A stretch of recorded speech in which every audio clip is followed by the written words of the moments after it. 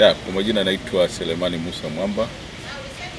Ni mmoja wa wanachama ambao wametia nia kugombea jimbo la Mtwara Vijijini kwenye nafasi ya ubunge, na nilichukua fomu ya kugombea nafasi ya ubunge tarehe 30, na kwa mujibu wa kanuni za chama leo ni siku ya mwisho ya kurejesha fomu. Kwa niko hapa kwa ajili ya kurejesha fomu yangu ya kutia nia kugombea nafasi ya ubunge kwa nafasi ya ubunge kwa jimbo la Mtwara Vijijini. Kwa ni imani yangu kwamba nitaporejesha fomu hii, ni imani yangu kwamba vikao vya chama vitakaa na kupitia fomu hizo na kuendelea taratibu zile za uteuzi kama kawaida. Lakini baada ya vikao, ni imani yangu pia kwamba wananchi wa jimbo la Mtwara Vijijini wataniunga mkono katika kuelekea kupata nafasi hii kwenye kura za maoni.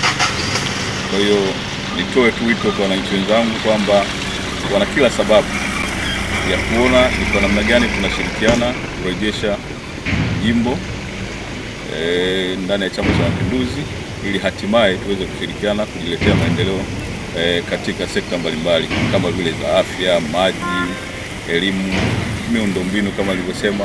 Lakini pia tuna dhahabu kubwa sana ya zao letu la korosho. Ni kuhakikisha ni kwa namna gani pembejeo kwa wakulima zinafika mapema, zinatumika vizuri, lakini pia masoko ya korosho ili mkulima aweze kunufaika na kile ambacho tunakizalisha kwenye jumane, na tukipe ushindi Chama cha Mapinduzi ili kuunga jitihada za Mheshimiwa Rais wa Jamhuri ya Muungano wa Tanzania Daktari Samia Suluhu Hassan, ambaye kimsingi ni imani yangu kwamba Watanzania watampa kura nyingi sana katika uchaguzi mkuu ujao wa Oktoba 2020.